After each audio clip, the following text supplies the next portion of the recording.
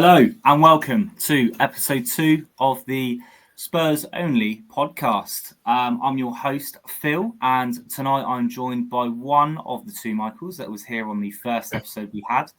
Michael, welcome. How are you doing this evening? Yeah, I'm all good to you. Yeah, very good, thank you. Very good. Not as good as the other Michael, though, who is he's currently not with us tonight as he is enjoying himself in sunnier climates in Tenerife. So he won't be joining us on tonight's episode, but regardless, we've still got a lot to talk about. We've got two of our recent results to review. Of course, that match against PSG midweek, as well as more recently the disappointing league result against Fulham.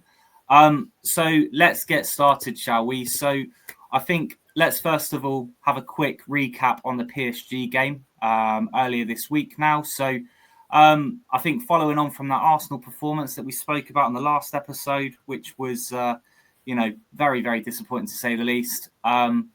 Things actually look brighter in that midweek game against PSG, despite the fact that we lost 5-3. You know, we made some key changes. Looks like Frank implemented a new system, which was a little bit ballsy, but there seemed to be a lot more to us. There was certainly a lot more positives to take from that game.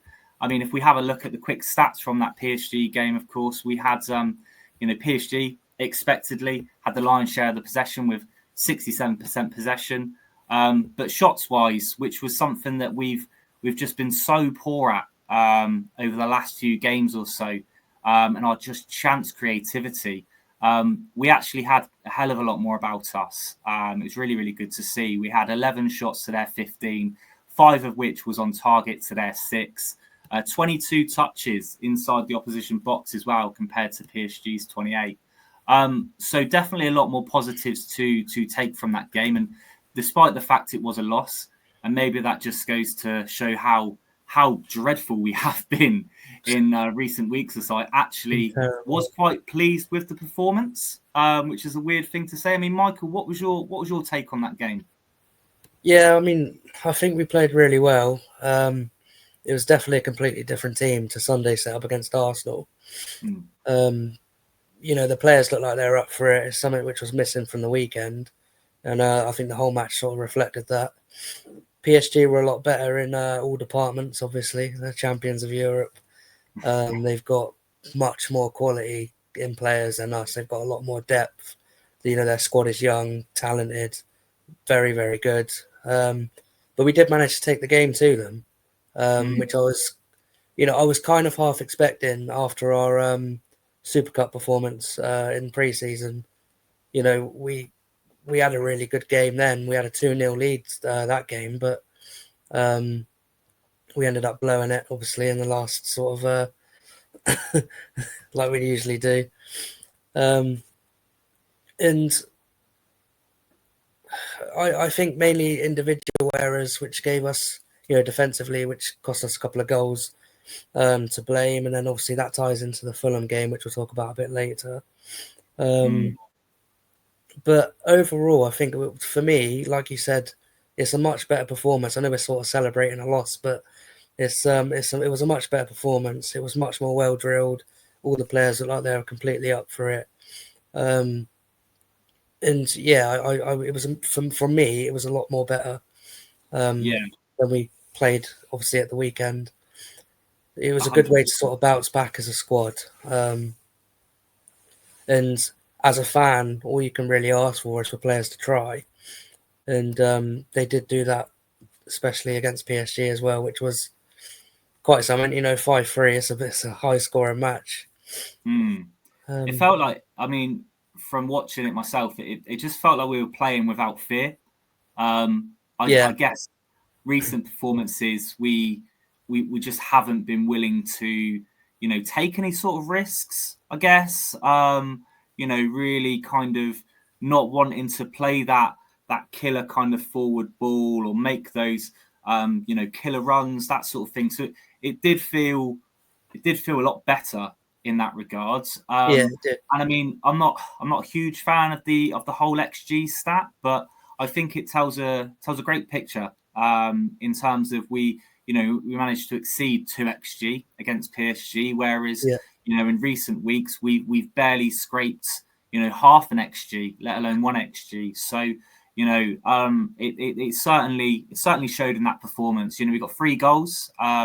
I thought, and we'll talk about him a little bit more later on in the show, but I think, Moani had an excellent game. Obviously, he got 2 goals and an assist, didn't he? So, that was really, really fantastic to see. But, we lost the game. And unfortunately, we conceded 5 goals. And, hats off to Vitinha, excellent performance from him, man of the match for a reason, getting his hat trick. Yeah. I think touching on what you said there about a couple of maybe the defensive areas, yes, I think we probably could have closed them down a lot better in the positions. I mean, they were cracking goals, don't get me wrong, but if we'd have managed to just close them down a bit sooner and just been more onto him, then certainly, you wouldn't have had as much space and opportunity to get those shots away and ultimately punish us.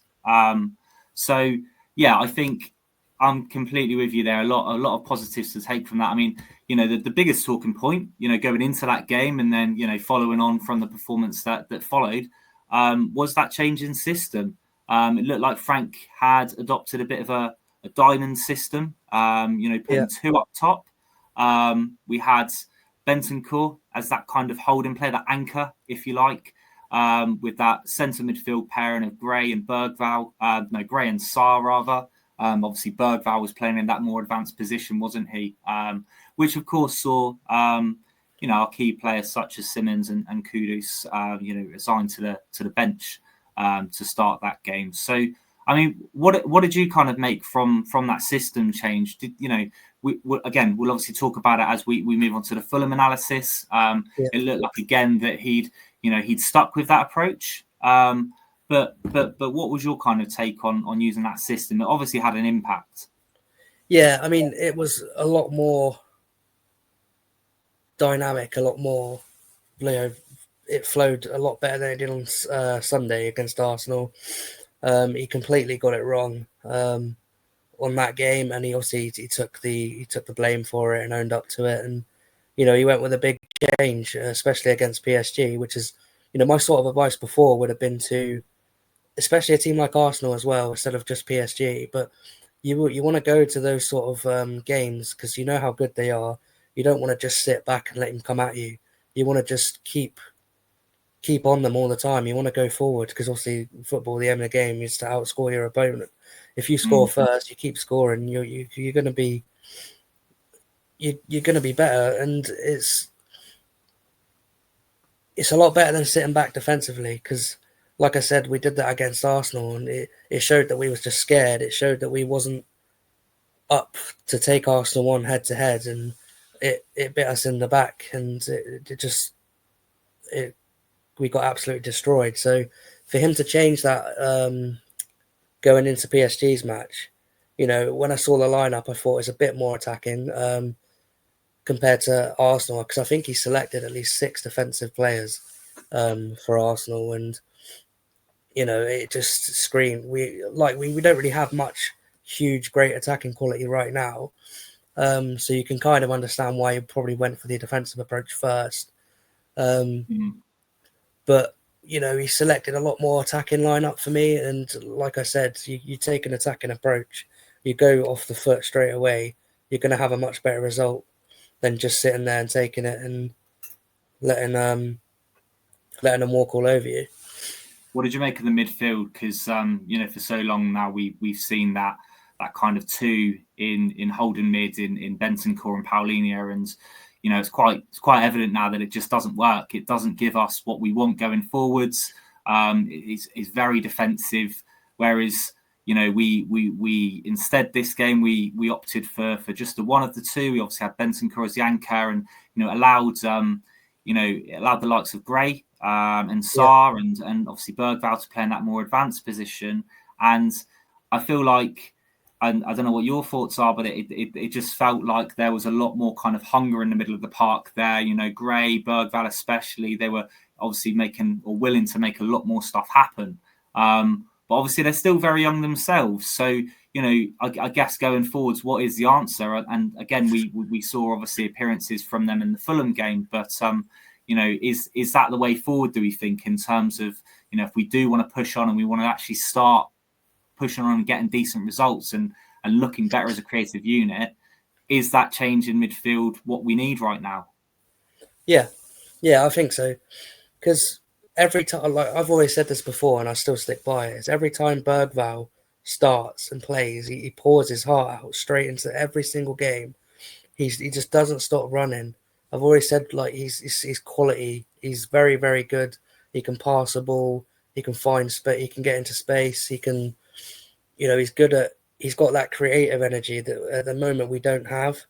And you could see it when he was playing with Ange, and Ange was throwing all the young players into the mix. Obviously, he didn't really have a choice, but at first it was a little bit shaky but after a little bit, you could see game by game they're getting a lot better. And I mean, Frank's not really that trusting in the younger sort of players at the moment, which he's opting for more of the senior players, the older players, the more experienced. But from my point of view, is Archie Gray with Ange, he played centre back quite a lot, so I was sort of expecting him to be more defensive, which obviously he was. With Bergvall and Sarr and obviously Bentancur and Gray as well, it was a lot better, especially from Arsenal's game, because he played Bentancur. Who did he play in the middle? He played Bentancur, Sarr. Obviously, you've got Mickey Van der Ven. He played the back five as well. And like I said, we only had 3 attacking players on the pitch that day, whereas for PSG, he went with Bergvall in the middle. Yeah, Sarr, we set up against Arsenal to not win, basically, whereas PSG, it felt like, I don't know if it was a bit of a fuck it approach from Frank, like we kind of spoke about at the end of the last episode, like, does Frank just go for this one? Because we was expected to lose it, and it almost paid off. Completely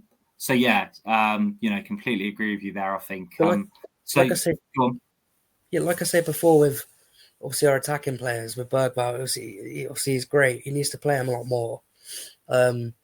Instead of, I think Frank's system at the moment is switching to more like defensive, and obviously when we took it to PSG, he changed it a bit more attacking, and visually you can see straight away that both of those games are completely different. And it's those sorts of players he needs to put a lot more faith in, a lot more trust. And then we've had Archie Gray, Bergvall, Sarr. He hasn't really played Sarr much either, which obviously he was under a bit of scrutiny for.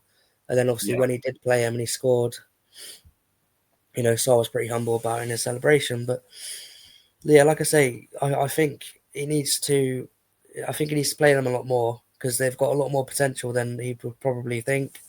Again, it is a bit of a risk playing players that you're not really familiar with, comfortable with.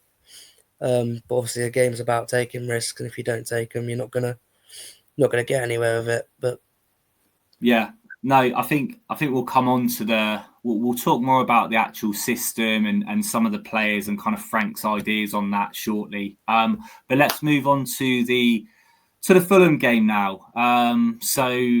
Complete contrast once again to that game midweek against PSG, where things felt like they might have started to turn a corner. We went into the Fulham game and it looked like, again, Frank had opted for that same system against PSG. Obviously, a few changes in that. We opted for Paulinho as that anchor player instead of Bentancur, by pairing. Of course, we had that midfield of Gray, Bergvall, and obviously brought Kudus into the mix with Richarlison and Mawani up top again. But it just didn't come off. And it was, again, really, really disappointing. The fans at the game completely frustrated, and the whole fan base as well, as heads have dropped once again. Stats from it, we had the lion's share of possession. That mainly came kind of as we pushed on in the second half, really. 63% overall. 14 shots to their 7. Only 2 of those was on target to their 3. We had 3 big chances that we missed, of course. And again, we dominated in the kind of corners area and, the passes and things like that. But, the result speaks for itself. We lost 2-1. It's another home defeat. A game that we really, really should be winning, and particularly when you look at, Fulham coming into that game picked up 1 point on the road all season, and then Dr. Tottenham comes along, and that's 3 points in the bag for them. So I think, some big talking points from that was of course the 2 early goals. 6 minutes. The early. Say that again. Sorry. 2 goals in 6 minutes. Yeah. It just felt like from the off, it was very much Fulham came at us, and it's a common theme. I think when you contrast it against PSG, right? I think PSG allowed us to play. PSG sat off us a lot more, and that's why it felt like it was more open. And they kind of relied on us to then give the ball away, lose the ball, and that's when PSG would counter and take the game back to us. Whereas, it seems to be these games where we have teams like Fulham that come onto us and they press us and they give us little time and space to react. That's where we really struggle. And that's been an issue, I think, for some time now. And, ultimately that's what, put us under pressure for the first 2 goals. And particularly that second goal, I think we need to, take some time to talk about that. Of course, that big howler, if you like, from Vicario, where he obviously took it outside of the area, took too long with the ball, should have just cleared it. Instead, an on the floor ball about 10 yards ahead, then eventually got picked up by Wilson, who curled it into an empty net. And, after that, was getting a lot of boos from the support every time he touched the ball, which to see that against one of your own players after making a mistake is quite something, to be fair. And we'll obviously speak more about that shortly. But I think overall we just didn't do enough to come back into it. I think again we really lacked that quality in terms of kind of passing and moving the ball. What really frustrating about it as well is Porro, Kudus. It felt like we were just relying on them to just get the ball and cross it into the box. I think we went in at half time. We'd made 17 crosses into their box and not one had made contact with one of our players. A lot of underhit crosses from Porro and the same with Kudus. And it just, when you're playing like a game of FIFA and you just like kind of run out of ideas and you just start spamming crosses. It just felt like that. Yeah. Just lob the ball over the top. Exactly. And it's just like, what sort of a game plan is that? Especially if we're not going to cross the ball well. So again, another frustrating watch. We kind of picked it up again in the second half.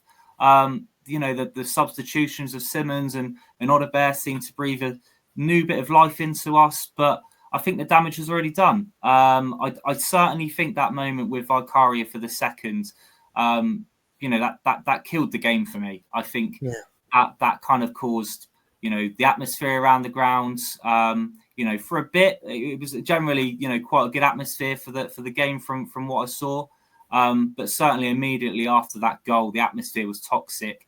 And I think that really did a number on the players. And, unfortunately, we weren't able to capitalise on, the progress we made in the second half. And here we are again, in the aftermath of that game now with a lot of questions to be answered.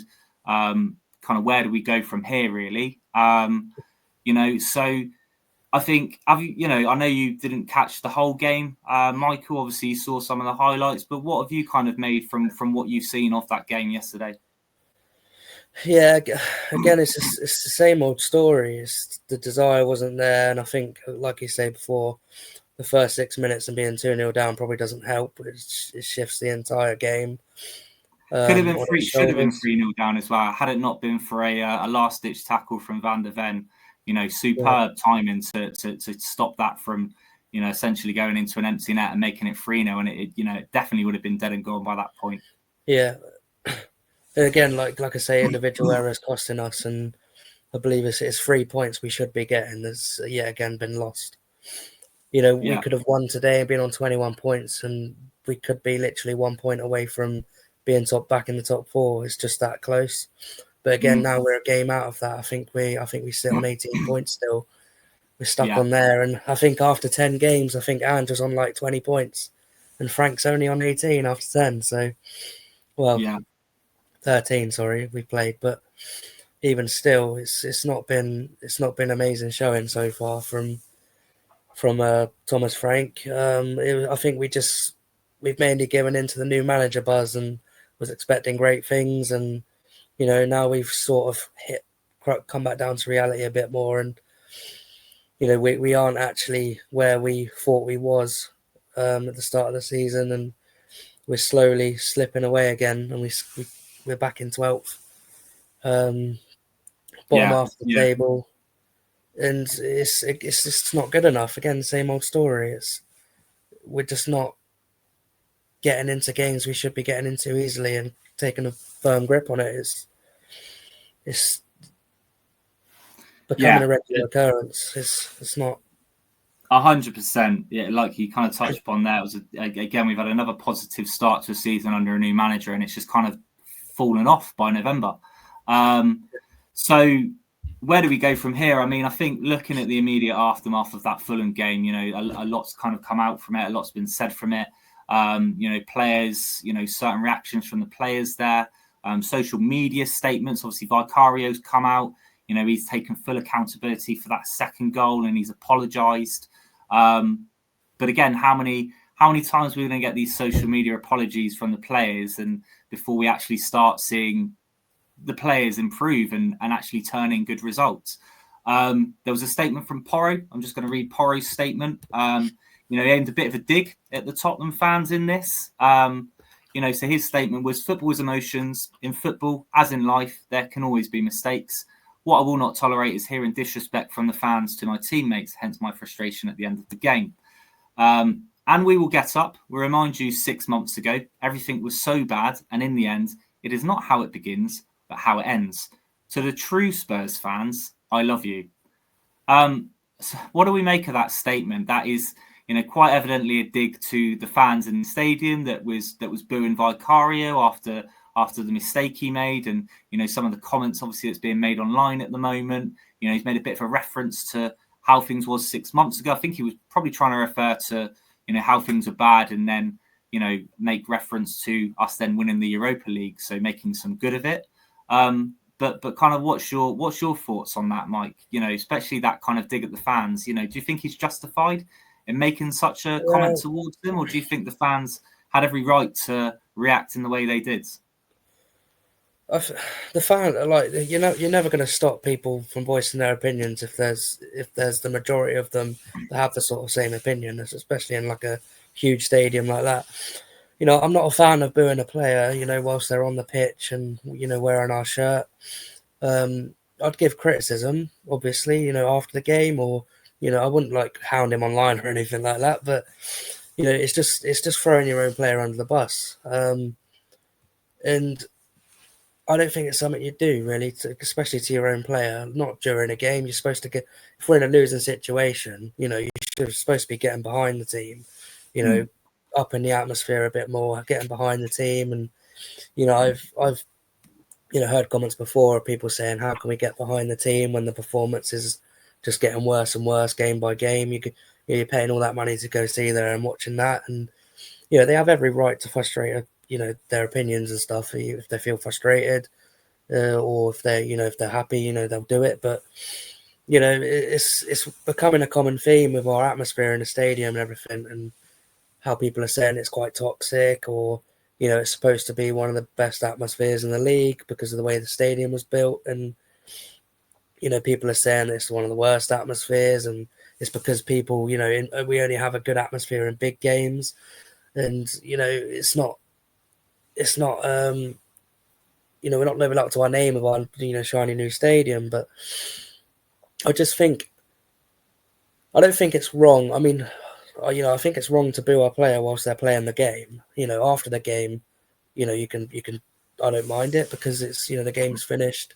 If they decide to walk around the pitch at the end of the game and clap the fans, then that's then you can make your frustrations heard if they want it. If you want to try and shout as far as you can to see if they can hear you, but no, I don't think they should have done it during the game at all. But then for him to make those comments about obviously the fans and have a little dig again, it's a bit unprofessional from him. You wouldn't really expect him to make a dig at our own fans about how we're voicing our opinions. But then again, if the performance weren't as bad as it was, or along that same sort of line, then the fans wouldn't react like that at all. Well, yeah, So, I mean, I think the fans have got, we've all got a right to be frustrated. Me watching it yesterday, I was so frustrated at it because it wasn't just it wasn't kind of a generic goalkeeper mistake where maybe he didn't cover his near post properly or he dropped the ball as he went to save it. This was a genuine, he made, a good decision to come out of his area and challenge for the ball and got the ball and fantastic. He shielded off the player. But at that point, and I think this is where it came through from the fans, because, rather than knowing that we were 1-0 down and not being stupid in that moment, rather than just clear the ball away, just took way too long, dallied around with it, and ended up giving the ball back to Fulham for them to then curl it in from 25 yards. But I think the thing that really got to me was after he gave the ball away, and as you'll kind of watch the replays of the goal, as the ball's curling into the net, it just, for me, it just felt like, maybe he wouldn't have got to it anyway, but he was just kind of half-assed jogging back to the goal. And I think that maybe would have irked the fans even more so and got them as frustrated as they did. And, I agree with you. I think it isn't, probably isn't right to be booing your own player like that after they've made a mistake that's cost us, because ultimately you want to get behind the player, you want to get behind the team, because what sort of an impact is that going to have on the player's confidence? What sort of an impact is that going to have on the rest of the team? Particularly when we've still got 80 plus minutes or so to play. But, we've got 60,000 or so fans in that stadium at that point. They're all sharing the same frustration. So, how else are they going to kind of express themselves in that moment? It's a really, really tough one, to be completely honest. But I don't disagree with the fans being frustrated at that moment in time. And it's not like the boos they lasted for the rest of the match. I think it was only like the kind of following 3 or 4 touches Valkyrie had on the ball where they was actually actively booing him for it. Certainly maybe shouldn't have gone to that length. Maybe just kind of make your feelings known after the moment's happened and then move on, right?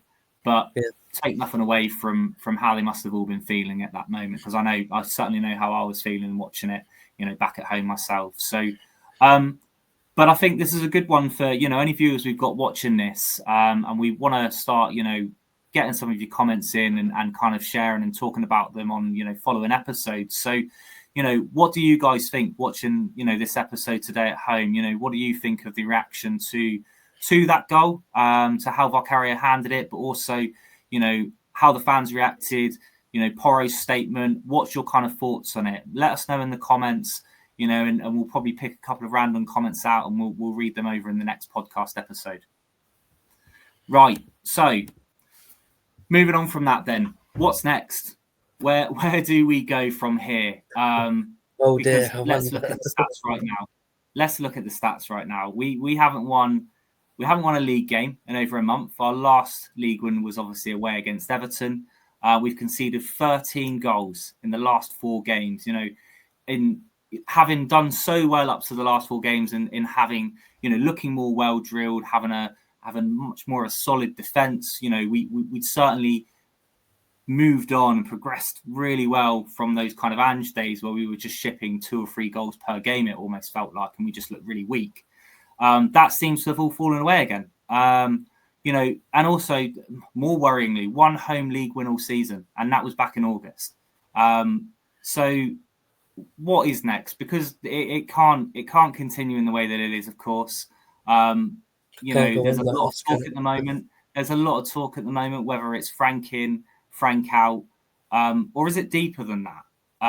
What's your kind of thoughts on it right now, Mike? What do you reckon needs to happen? What needs to change?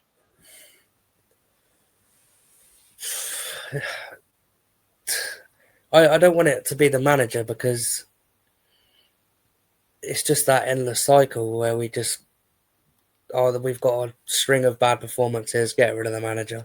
It just seems like a sort of an excuse. And I'd like to say, I think I mentioned this to you on our own little discussion yesterday, was if you look at how much time other clubs give managers before they start becoming successful, you'll start to notice it. Like we were so lucky under Pochettino. He joined us in 2014, all the way through till 2020, and then how many seasons did it take for him to start getting good with us? 2014 we were awful, 2015 we were awful, but we were showing glimmers. And then that 2016-17 season when we finished second, we should have won the league, but we didn't. Well, it was the 2015 season, so he joined 2014. He was really fighting for his job. Kind of by November, it was that Villa game, wasn't it? Which had we not won that Villa game, we were 1-0, 2-1 down. Had we not won that game and turned it around, then I think even he was saying it himself during the game, like, pack your bags, boys, because we're off after this. But managed to turn it around, and the rest, as they say, is history. And the rest of that season, we finished fairly okay, and obviously it was the following season, which was the one, wasn't it? The one where we obviously went toe to toe with Leicester, and we came really close to winning the title, and then a bit of a collapse in the last couple of games when we already knew that the title was won from Leicester. But yeah, I see what you're saying. We kind of, Poch didn't work out immediately, but when he did, we started to become stronger, and we obviously, okay, yes, you can laugh and say, well, we didn't win anything under Poch's tenure, but we still enjoyed some absolutely incredible times fighting for titles. Obviously, got to the Champions League final.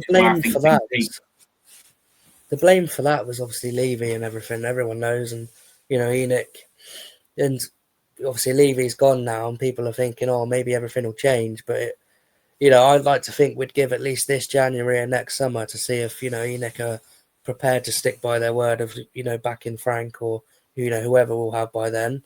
But just following back to my last point about obviously Poch doing well, he had those years to do well before he started really firing for us. And obviously where he didn't get backed, and then Levy decided to get rid of him, worst mistake I think they've ever done. But if you look at the similarities now between how many managers we've had since, that's not worked out, we've just picked a scapegoat, they've been sacked. But if you look at Arsenal now, they were the exact same. They were in the same boat. They were getting rid of managers, left, right, and centre, and then they eventually ran into Arteta. And how shit was he for the first couple of seasons?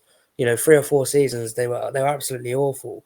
We were always finishing above them. We were always doing well in the derbies. Obviously, bear in mind we had Kane and Son then, just to haunt them every single derby we had.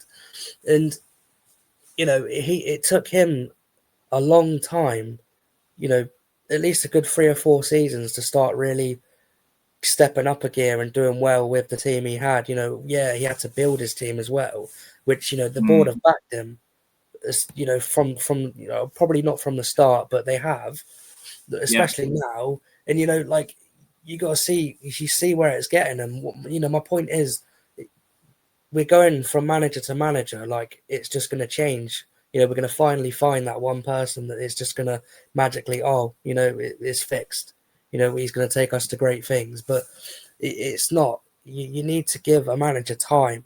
I think, again, another big mistake was getting rid of Ange. You should maybe if we're in the same position than he was last year, I don't think he would be. I think he did get a bit unlucky with Forest because Forest are terrible. But I think you just got to give a manager more time. You can't just give him 4 months and be like, oh, yeah, that's it, I want you out. Like, you can't. I think you need a full season. You need to get to know the whole team properly. He hasn't even had, Kulusevski, Maddison, Solanke much at his cusp. He hasn't had any sort of game time with them to know if he's doing right or wrong in the system. To know if he needs to replace them as well. So what do you think? What do you think the main problem is? Do you think it's because clearly at the moment you're still Franking, and I think I've got to agree with you there. To be honest, I agree with a lot of your points there that you just made. I don't think it's right to just chop and change again at the first sign of trouble. I mean, don't get me wrong. I do think some of his tactics at the minute are questionable. I'm not fully believing in him right now. But I don't think I think it's too quick to start asking the question if he needs to go or not. Yeah. So what I mean, and again, this isn't the first. Since the Poch days, this isn't the first manager we've ran into similar issues, right? And the end result for all of those managers is that they've all eventually ended up losing their jobs, right? So if we're not saying it's the manager, right, what are we saying the main problem is? Because we can say it's the owners and we can say it's the recruitment that we've had, which I certainly think plays a huge part in it, and I'll talk about that more in a moment. But do you think as a fan base we hold too high an expectation on where we should be? Yes, I do. I think a lot of our fan base has. I think now we've won the trophy last year. I think the desperate need for a trophy has just died down a bit. But I do think we just a little bit entitled to think, we should be winning everything. We should be winning every trophy we're in, or we should be like second or third or going for a title. People want big titles. They want the league. They want the Champions League. Obviously, Europa League's a huge title, don't get me wrong, but people want that extra step to be better than everything. They want the club to do well. They've supported it for God knows how many years. A lot of people spend a lot of money, traveling overseas to watch us, and then, if they have a horrible performance, and they've got every right to be frustrated. But I don't think it's,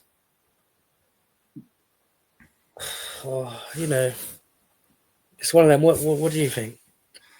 Well, I think it's both of those. I agree with you. I think that Frank absolutely needs time. I think we're still only, 3 months or so into a brand new project. We're post Levy, right? Which means that we haven't seen it yet, of course, but hopefully in the next couple of windows, we should start to see this change in direction of our ambitions, if you like, as to what we was told back in the summer.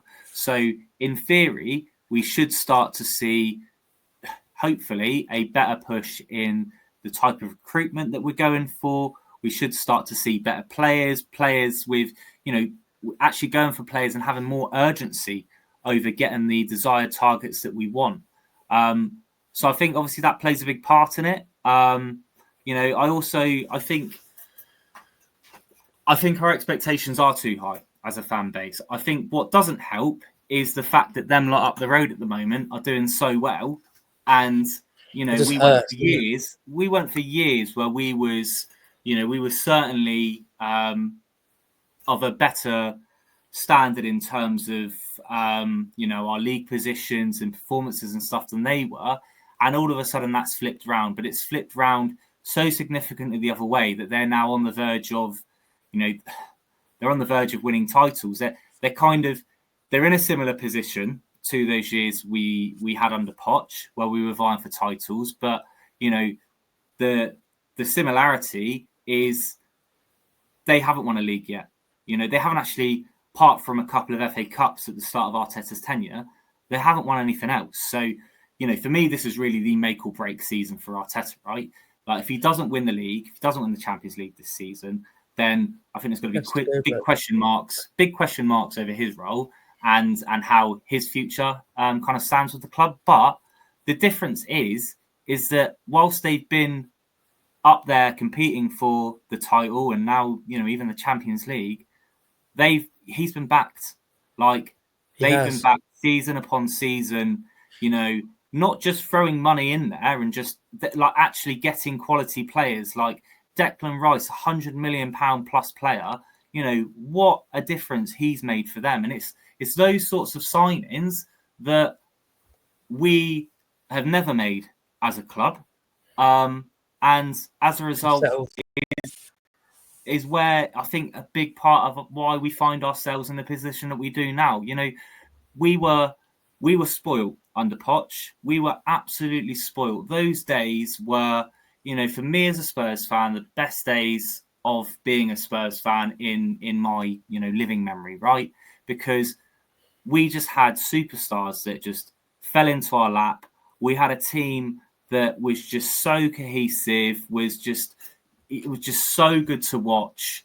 And gradually, over time, unlike Arsenal, where we were, vying for titles and vying for silverware, we wasn't, when we were falling short, we wasn't then putting the right investment in. And what we've got to appreciate as a fan base is that our squad now is miles off that squad we had when we were, going toe to toe with Chelsea and the like to, up at the top end of the table.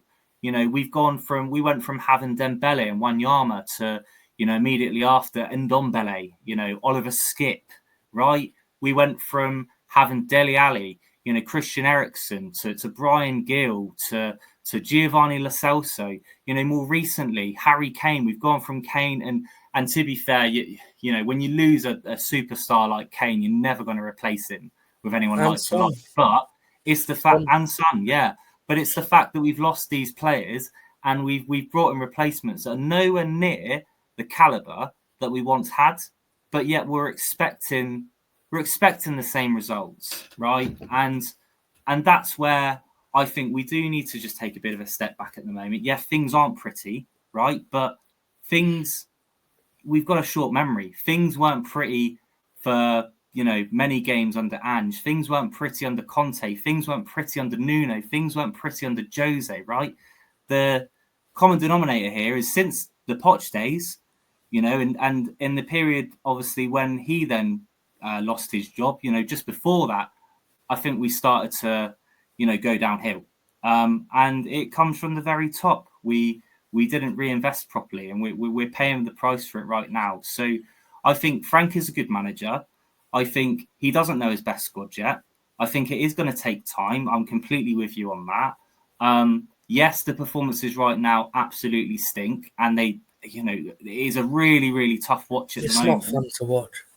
Well, it's not at all. It's not at all. But I think had we kept Ange, we would have been seeing similar at the moment. Had we opted for a completely different manager, we'd be subjected to similar at the moment. I think the key here is we don't have the players. We don't have a high quality standard of really top like passers of the ball in the squad at the moment.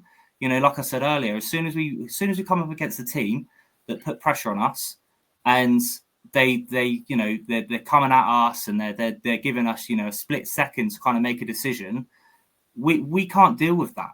We don't have the quality or the standard to be able to quickly zip that ball away and knock it forward, or find the space or create the space to bring someone else in and to be able to continue progressing with the ball in the way that we should be. Instead, we're opting to pass the ball sideways, pass the ball backwards, or resort to spamming crosses, which is just completely ineffective. So, I think you look at. I think give it time. I think we do need to give it time. Yeah. We have to be realistic here. We are still missing players like Maddison, Kulusevski, Solanke, right? I think if we had them available, that makes such a huge difference to the way that we're playing at the moment. Just having those options, we've talked about Simmons, right? And how he's not quite there yet at the moment. He's starting to show flurries, though. He's starting to, yeah. But I think there's also going to come an element of that with him where he was a massive signing for us in the summer. One of our top signings in terms of the price we paid and stuff. And obviously we signed him as a key man, but he's still young. And we pretty much thrust him in from the off with no real competition to challenge him for that position. It would have been, for me, it would have been Maddison that would be vying him for that. But obviously where he's not available at the moment, I think, he's going to be carrying an extra weight of kind of expectation on his shoulders, which I think is probably held him back at the moment. Yeah. I think if we entered Maddison and even Kulusevski into the fray there, it would kind of relieve some of that. And I think he'd play with a little bit more freedom.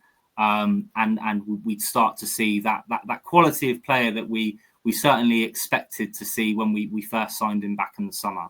So, yeah, I think it's got to change. I think it will change, but it won't change if, like you said, we decide that Frank isn't the man and we go back to square one. The positives we do have to take, we're not far off at the moment, but we're not currently languishing in 17th. I don't think it's going to get as bad as that, to be honest.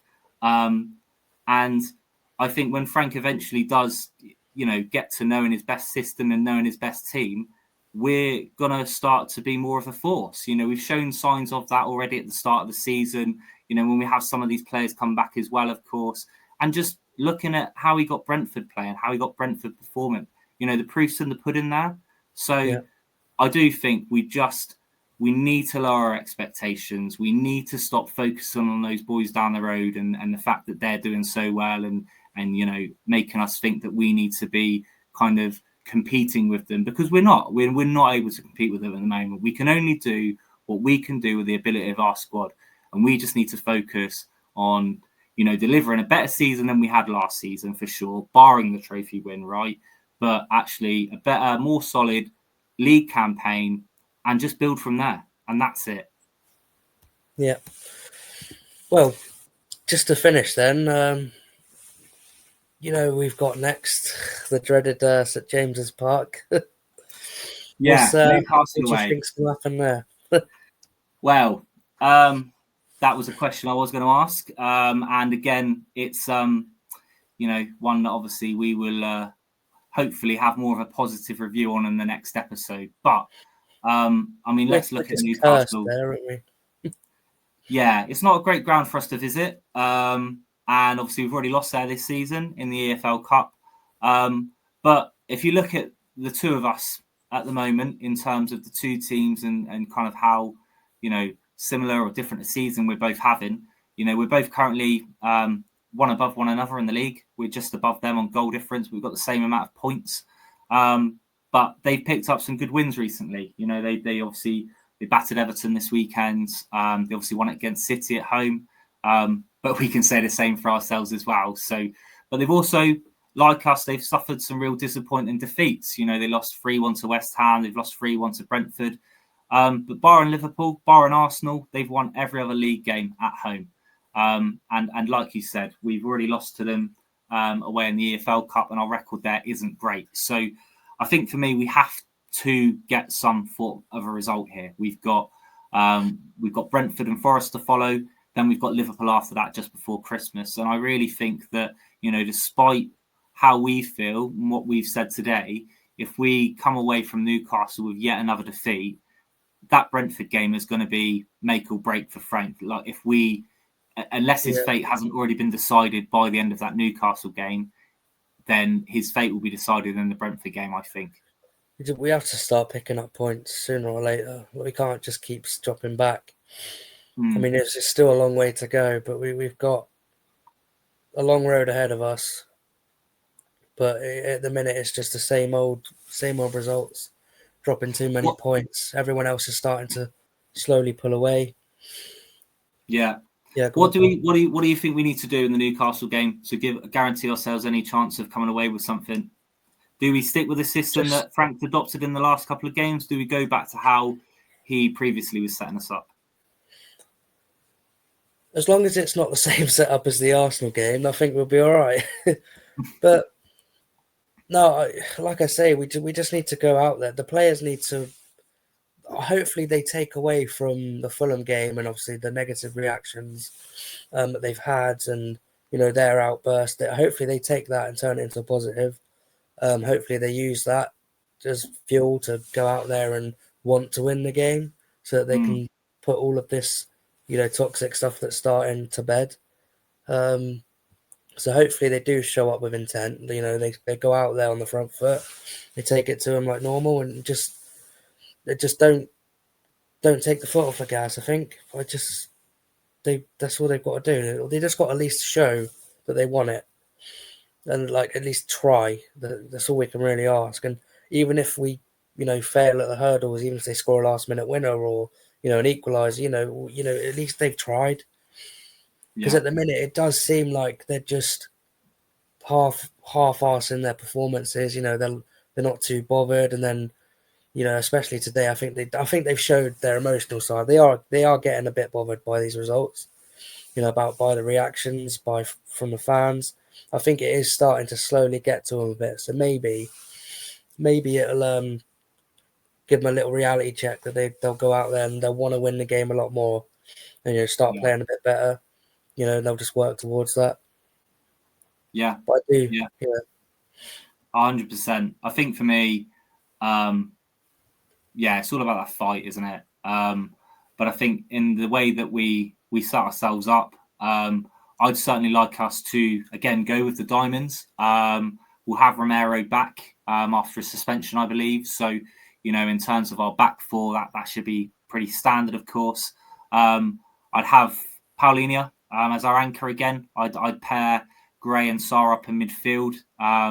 Just to, again, we've got that kind of youthful energy there, but also we've got the inspiration there to actually progress with the ball forwards and stuff. And I think it's between, it's tricky then, because then who do you have in front of those two? Do you opt with how we did in the PSG game and have Bergval there, which seemed to work really, really well? Or, do we do what we, did in the Fulham game and bring Kudus in and kind of move Bergval and, Bergval wouldn't be in if you brought Kudus in, but kind of obviously move them wider. Or do we put Simmons there? Do we rest Bergval? Do we actually put Simmons in front of Gray and Sarr? I think for me, that's what I'd like to see, to be honest. I think he's, been dropped to the bench for a few games now, and I think he's chomping at the bit to really actually, kickstart his Spurs career and make a difference. And I think as we saw in the EFL game and the way that Newcastle set up, I think they will allow us to play a little bit. I think we was unlucky in the Newcastle game in the EFL because, we did have chances. Unfortunately, we just had Richarlison playing lone up top. And, the 3 or 4 chances that fell to him, he just couldn't put to bed. So, I'm definitely liking what I'm seeing with Richarlison and Moani as, our forward 2 at the moment. I've got to say hats off to Moani as well. The last couple of games, he's, looked like he can really be a proper player. He stepped up more.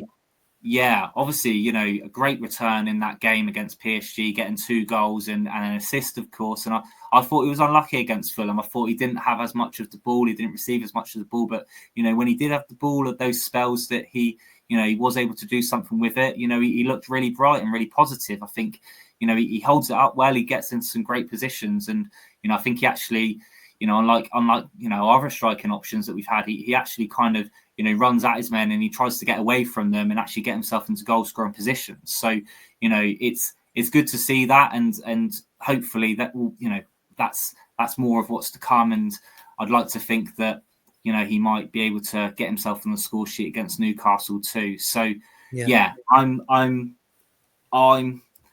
positive if we do kind of set up in that way, but at the same time, it's got to be interesting to see because, Frank's already changed it up a few times already recently. Like I said, it goes back to what I'm saying. I still don't think he knows his best team.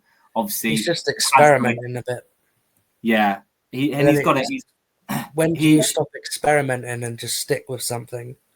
Ange stuck with something and hoped it worked, and obviously look how that turned out.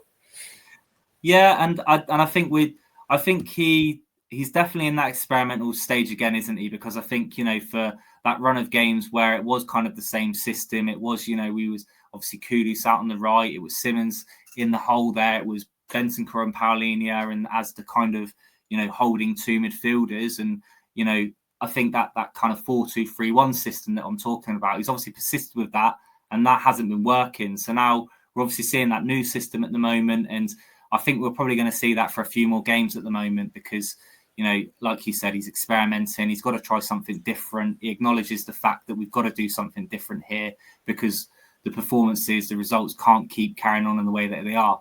And I guess as much as we've still obviously lost the last couple of games this week with this new system, we have been a little bit more brighter in comparison to how we played against Arsenal, to how we played against Chelsea, to how we played for 80 minutes against Man United, where we barely was able to register a single chance. I think for me, I think he will probably stick to this system. It's just going to be interesting to see as to who he picks for that system.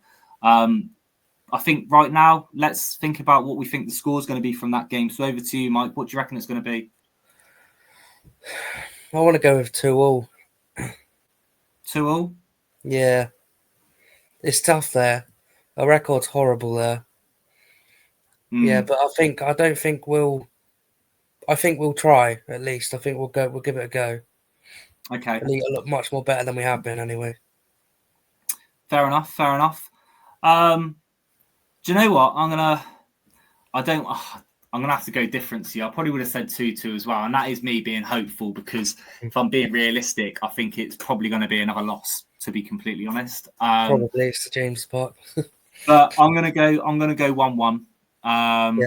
So I think, being hopeful, we will get something from it. Like I said, with this changing system that Frank's obviously implemented, I think it has got more potential there to what we've seen earlier on this season. It's just a case of actually it taking off and we seeing seeing a bit of a result from it. So I'm going to go 1-1. You're going to go 2-2. We haven't obviously got the other mic here, so we can't get his thoughts on that. But over to you now, guys. Over to you. Anyone that's tuned into this, whether that's on Facebook, YouTube, thank you very much if you have. Leave us your comments, as we talked about earlier, and also, leading up to the Newcastle game, what are your thoughts on that game? How do you think, what do you think Frank needs to do differently in order for us to get a result? What do you think your honest opinion of the score is going to be for that game? Leave us your comments, and again, we'll obviously review those, and read out some of your thoughts on the next episode of this podcast, which we should be joined back again by the other Michael as well for that third episode too. But that's it for us now, guys. So that wraps it up for episode 2 of the Spurs Only podcast. So obviously we're still very new at this. So, any likes, follows, shares, we fully appreciate it at this time while we try and gain some traction and build ourselves up. But if you have tuned in, thank you very much for watching, and stay tuned for the next episode. See you later, guys.